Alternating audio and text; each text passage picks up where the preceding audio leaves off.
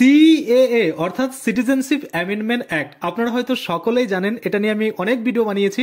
এর আগে আরো একটা ভিডিও বানিয়েছিলাম যেখানে আমি আপনাদের বলেছিলাম যেসব ব্যক্তিদের বাংলাদেশি ডকুমেন্ট নেই তারাও কিন্তু সিএএ তে আবেদন করতে পারবে। তার জন্য কিন্তু একটা উপায় রয়েছে। সেই উপায়টা আমি একবার নয় বহুবার হয়তো বলেছি। আপনারা তারপরেও হয়তো অনেকে বুঝতে পারছেন না, অনেকে এসএমএস করছেন, অনেকে হোয়াটসঅ্যাপে মেসেজ করছেন যে দাদা কিভাবে করতে হবে।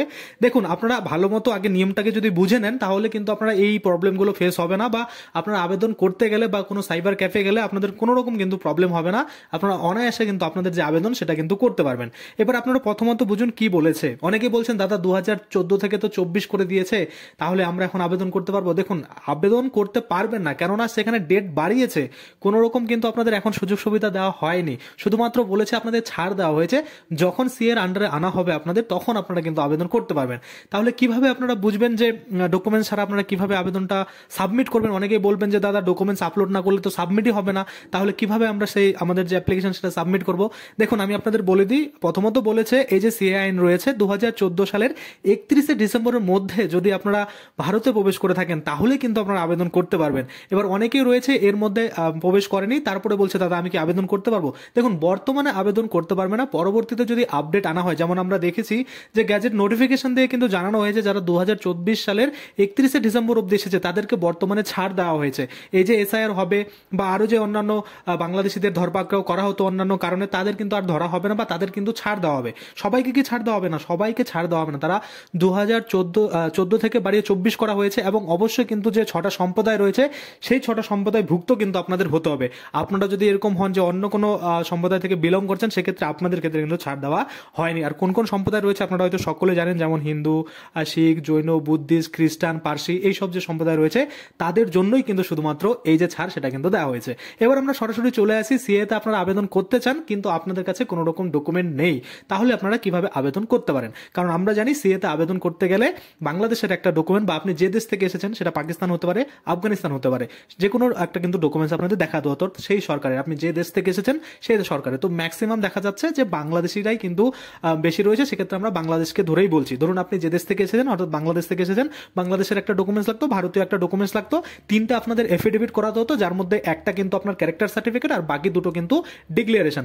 বাকি হিন্দুত্বের সার্টিফিকেট আপনারা সকলেই জানেন, এ নিয়েও আমি ভিডিও বানিয়েছি যে প্রত্যেকটা ডিস্ট্রিক্টে কিন্তু কোথাও না কোথাও হিন্দুত্বের সার্টিফিকেট দেওয়া হচ্ছে, আর কোনো কোনো ডিস্ট্রিক্টে দেওয়া হচ্ছে না। যেখানে দেওয়া হচ্ছে না তারা কোথা থেকে নিতে পারেন বা পার্শ্ববর্তী ডিস্ট্রিক্ট থেকে নিতে পারবেন না, সেই নিয়ে আমি ভিডিও বানিয়েছি। এবং আমরা দেখেছি নদিয়া, পূর্ব বর্ধমান, তারপরে উত্তর 24 পরগনা, দক্ষিণ 24 সমস্ত জায়গাতেই কিন্তু মানে এই যে হিন্দুত্বের সার্টিফিকেট সেটা দেওয়া হচ্ছে। তাহলে এই ডকুমেন্টগুলো লাগবে, সাথে আপনাদের ইমেল আইডি, মোবাইল নাম্বার, এগুলো দিয়ে কিন্তু আপনারা আবেদনটা করতে পারবেন। আর অবশ্যই কিন্তু আবেদনটা আপনারা একটু ভালোভাবে করবেন। অনেকেই রয়েছেন যে এন্ট্রি ডেট আপনারা ভুল দিয়ে দেন, অর্থাৎ আপনি এফিডেভিটে এন্ট্রি ডেট একটা লিখেছেন আর ধরুন আরেকটা মানে মানে কি বলবো মানে এফিডেভিট করতে গিয়ে সেখানে আরেকটা লিখে দিয়েছেন। অনেকে বলছেন যে বাবার নাম মিডিল নেম ছাড়া পড়ে গেছে। তো এইভাবে করবেন না, একদম যেটা করবেন সেটা যেন পারফেক্ট হয়। আপনার যদি এন্ট্রি ডেট আপনি এফিডেভিটে যা দিয়ে থাকবেন, আপনি ডিক্লারেশন যা দিবেন, আপনি ক্যারেক্টার যেখানেই দিবেন না কেন সেই সব জায়গায় যেন আপনার ওই যে এন্ট্রি ডেট সেটা কিন্তু সেম যেন থাকে। আশা করি আপনারা বুঝতে পারছেন। তাহলে এই যে ডকুমেন্টসগুলো, এই ডকুমেন্টসগুলো থাকলে আপনারা আবেদন করতে পারছেন। কিন্তু বহু ব্যক্তি এমন রয়েছে যাদের কাছে ডকুমেন্টস নেই, তারা কিভাবে করবেন? এটা হচ্ছে আমাদের মূল ভিডিওর প্রসঙ্গ। তো দেখুন, আমি আপনাদের বলি, ডকুমেন্টস ছাড়া কিন্তু একটা অপশন দিয়েছে 10 নম্বর, যেটা আগে থেকে ছিল, আপনারা হয়তো সকলেই জানেন। সেটা হচ্ছে যে 10 নম্বর কলমে বা 10 নম্বর পয়েন্টে বলা হয়েছে আপনি বর্তমানে বাংলাদেশ বা পাকিস্তান বা আফগানিস্তান থেকে যে এসেছেন সেটা ডকুমেন্টস দেখাতে পারছেন না, কিন্তু পরবর্তীতে আপনি সেই যে ডকুমেন্টস সেটা দেখাতে পারবেন বা দেখাতে চান, সেক্ষেত্রে কিন্তু সেটাতে ক্লিক করে আপনারা সাবমিট করতে পারবেন। এবার অনেকে বলবেন দাদা তাহলে সাবমিট করে দিলাম, আমাদের যখন ভেরিফিকেশন ডাকবে তখন তো আমাদের ডকুমেন্ট লাগবে। হ্যাঁ, তখন কিন্তু আপনাদের ডকুমেন্ট লাগবেই। এবার অনেকে বলবেন যে কিভাবে তাহলে সম্ভব বা কিভাবে আমরা ডকুমেন্ট জোগাড় করতে পারি? দেখুন, কিছুদিন আগে আমি একটা ভিডিও বানিয়ে দেখিয়েছিলাম, যেখানে পরিষ্কার করে আমি দেখিয়েছিলাম যে এক ব্যক্তি কিন্তু তাদের যে আত্মীয় ছিল বাংলাদেশে বা পার্শ্ববর্তী লোক ছিল, তারা কিন্তু তার যে ডকুমেন্ট সেটা জোগাড় করে দিতে পেরেছে। এবার আপনারা বলবেন কিভাবে? যেমন আমাদের ধরুন কেউ এমন রয়েছে, আধার কার্ড রয়েছে, তার মোবাইল নাম্বার দেওয়া রয়েছে, তাহলে তারা আমরা আধার কার্ড ডাউনলোড করতে পারি, তাই না? এবার আপনি যদি মনে করুন বাংলাদেশে চলে গেছেন কিন্তু আপনার ভারতীয় একটা ডকুমেন্ট দরকার, আপনি আমাকে বললেন যে ভাই আমার এই মোবাইল নাম্বার, এই আমার আধার কার্ড নাম্বার, আমাকে একটু আধার কার্ডটা ডাউনলোড করে দিতে হবে, তাহলে কিন্তু আপনারা সরাসরি ডাউনলোড করে সেটা পাঠিয়ে দিতে পারবেন। সিমিলারলি হয়েছে, ওই ব্যক্তির ধরুন ভোটার লিস্টে নাম ছিল বাংলাদেশে ওই সালে, তো তারা কিন্তু বলেছে যে আমার ওই সালের লিস্টটা দিতে, তো সেক্ষেত্রে সেই লিস্টটা দিয়ে দিয়েছে এবং তারা কিন্তু ওই যে ডকুমেন্টস সেটা কিন্তু বের করে সফট কপি পাঠিয়ে দিয়েছে, সে হোয়াটসঅ্যাপের মাধ্যমে এবং ইমেলের মাধ্যমে যেভাবে খুশি সেভাবে কিন্তু ম্যানেজ করেছে। তো ওই যে লোকটা মানে ডকুমেন্টসটা জোগাড় করেছে এটা কিন্তু খুব ইজিলি হয়ে গেছে। তো আপনারা এটা ট্রাই করতে পারেন যদি আপনাদের আত্মীয় থেকে থাকে বা আপনাদের যদি মানে পাশের কেউ থেকে থাকে, পাড়ার কেউ থেকে থাকে, তাদেরকে বলতে পারেন যে ভাই দেখ আমার এই এত সালের লিস্টে নাম ছিল ভোটার লিস্টে, দেখ পাচ্ছিস কিনা, বা অন্য কোনো যদি আইডি কার্ড থাকে সেই আইডি কার্ডটা যদি জোগাড় করতে পারে, বা গভর্নমেন্টের থ্রু আপনার ধরুন ব্যাংক অ্যাকাউন্ট ছিল সেই দেশে, সেই ক্ষেত্রে ওই ব্যাংকে গিয়ে যদি যোগাযোগ করা যায় তাহলে অবশ্যই পাওয়া যাবে। আশা করি আপনারা বুঝতে পারছেন। এবার আপনি একটু চেষ্টা করে দেখুন, ডকুমেন্টস নেই, আপনি যদি পারেন জোগাড় করতে তো করুন, না করলে আপনি ওয়েট করুন। কারণ আপনারা জানেন সকলে যে গেজেট নোটিফিকেশন দিয়ে জানানো হয়েছে 2014 থেকে 24 করা হয়েছে, কিন্তু এখনো ওই যে 24 সাল অব্দি যারা আবেদন তারা কিন্তু করতে পারছে না। কেননা আমরা সিএতে আবেদন করতে গেলে দেখতে পাচ্ছি যে 2014 সালের 31 ডিসেম্বরই লাস্ট কিন্তু রয়েছে।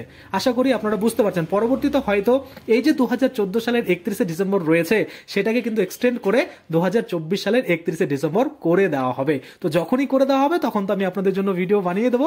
আর আপনারা হয়তো অনেকে ভাবছেন এই নতুন লোকেশন কোথায়, বর্তমানে আমি বাড়ি নেই, আমি কালিম্পংয়ে রয়েছি, কালিম্পং থেকেই আপনাদের জন্য ভিডিও বানাচ্ছি। অবশ্যই আপনারা যাদের কাছে ডকুমেন্ট নেই তারা কিন্তু ওই যে 10 নম্বর কলাম রয়েছে যে পরবর্তীতে আমি ডকুমেন্ট দেখাবো, সেটা দিয়েও কিন্তু আপনারা সিএতে আবেদন করে রাখতে পারেন। কারণ আপনি যে সিএতে আবেদন করার যোগ্য শুধুমাত্র ডকুমেন্টের জন্য আপনি আবেদন করতে পারছেন না, এটা কিন্তু প্রমাণ হয়ে যাবে। বা আপনার কাছে যদি ওই যে সিএ আবেদন করার অ্যাপ্লিকেশনটা থাকে সেক্ষেত্রে কিন্তু পরবর্তীতে আপনার অনেক অনেক হেল্প হতে পারে। এবার কতটা হেল্প হবে কতটা হবে না সেটা আমি জানি না, কিন্তু আমার মানে ব্যক্তিগতভাবে আমার মনে হয় আপনারা কিন্তু চাইলে আবেদনটা করে নিতে পারেন। এবার আপনাদের খুশি আপনারা করবেন কিনা। এবার আমি বলি, আমি নিজে উত্তর দিনাজপুর থেকে বিলং করি, রায়গঞ্জ থেকে। তো যারা রায়গঞ্জে রয়েছেন তারা কিন্তু মানে আমি আপনাদের বলে দেবো একটা লোকেশন, সেখানে গিয়ে কিন্তু আবেদন করতে পারেন। কারণ এক ইউনিভার্সিটির স্যার আছে, আপনারা সকলে জানেন, পুরো ওয়েস্ট বেঙ্গলের প্রত্যেকটা ডিস্ট্রিক্টে কিন্তু এই যে সিএ অ্যাওয়ারনেস ক্যাম্প রয়েছে সেটা কিন্তু করছে। তার ওনার সাথে কিন্তু যোগাযোগ করতে পারেন, উনি কিন্তু আবেদন করে দেয়। যারা লোকাল রয়েছেন এবং বাইরের থেকে আসবেন না, বাইরে যারা রয়েছেন তারা সেখানেই করবেন। তো যারা রায়গঞ্জ থেকে বা উত্তর দিনাজপুর থেকে দেখছেন তারা কিন্তু আমাকে হোয়াটসঅ্যাপে মেসেজ করতে পারেন, আমি কিন্তু আপনাদের ঠিকানাটা দিয়ে দেবো, সেখানে গিয়ে আপনারা যোগাযোগ করে আপনাদের যে আবেদনটা সেটা অনায়াসে কিন্তু করতে পারেন। এবার হিন্দুত্বের সার্টিফিকেট থেকে শুরু করে অ্যাফিডেভিট বানানো থেকে শুরু করে সমস্ত কিছু নিয়ে কিন্তু আপনারা হেল্প পেয়ে যাবেন। আর ওই স্যার কিন্তু আমাদের ইউনিভার্সিটির স্যার, ওই স্যার কিন্তু এই যে সিএ ক্যাম্প রয়েছে সেই সিএ ক্যাম্প বা আমরা বলতে পারি যে সিএ আবেদন করতে কিন্তু নিজে হাতে আবেদনটা কিন্তু করে দেয়, এটা কিন্তু অনেকটাই ভালো। তারপরে আমরা দেখেছি ওই স্যারও কিন্তু ইসে ছিল কি বলে উদ্বাস্তু ছিল, ওই স্যারও কিন্তু মানে নাগরিকত্ব পেয়েছে, মতুয়া সাম্রাজ্য ছিল সমাজ ছিল, সেক্ষেত্রে ওই স্যারও কিন্তু নাগরিকত্ব পেয়েছে, অনেকেই পেয়েছে। আমি আপনাদের অনেক সার্টিফিকেটও দেখিয়েছি যে এই ব্যক্তিরা এইভাবে আবেদন করে কিন্তু নাগরিকত্ব পেয়েছিল। তো আপনারা অবশ্যই একটু ট্রাই করুন, একটু নিজেরা খাটুন। আশা করি পরবর্তীতে আপনারাও কমেন্ট করবেন যে দাদা হ্যাঁ আপনার ভিডিও দেখে আপনি যেভাবে বলেছিলেন এইভাবে করে আমরা আমাদের যে নাগরিকত্ব সেটা পেয়েছি, বা এই যে সিএ সার্টিফিকেট রয়েছে সেটা কিন্তু আমরা পেয়েছি। এবার অনেকে বলবেন যে দাদা 2024 সাল অব্দি যে ছাড় দেওয়া হয়েছে তাহলে আমরা মানে কবে আবেদন করতে পারবো? তো আমি আপনাদের বলি একটু অপেক্ষা করুন, আস্তে আস্তে সিআইনটা অনেকটাই সহজ হচ্ছে। প্রথমত অনেকটা কঠিন ছিল, আর ধীরে ধীরে আস্তে আস্তে আরো অনেকটা সহজ হবে আশা করা যাচ্ছে। এবং আপাতত যারা ডকুমেন্টস দিয়ে নাগরিকত্ব পাচ্ছে তারা তো পেয়ে যাচ্ছে, কিন্তু যারা পাচ্ছে না বা যাদের কাছে ডকুমেন্টস নেই তাদের জন্য অল্টারনেটিভ ভাবে কি ব্যবস্থা করে সরকার সেটা তো আমরা দেখবো। আর তৎক্ষণাৎ কিন্তু যখনই কোনো আপডেট আসবে আমি তো আপনাদের জন্য ভিডিও বানিয়ে দেবো। আশা করি আপনারা বুঝতে পারছেন। আজকের জন্য ভিডিওটা এখানেই শেষ করছি। যদি ভিডিওটা ভালো লাগে অবশ্যই একটা লাইক করে দেবেন। যদি আমার চ্যানেলে প্রথমবার ভিজিট করে থাকেন নিচে একটা রেড কালার সাবস্ক্রাইব বাটন দেখবেন, ওখানে ক্লিক করে সাবস্ক্রাইব করতে পারেন। আর সাথে যে বেল আইকনটা আসবে ওখানে ক্লিক করে বেল আইকনটা এনেবল করে দেবেন। তাতে করে কি হবে, যখনই আমি এই ধরনের কোনো ভিডিও বানাবো সেটার জন্য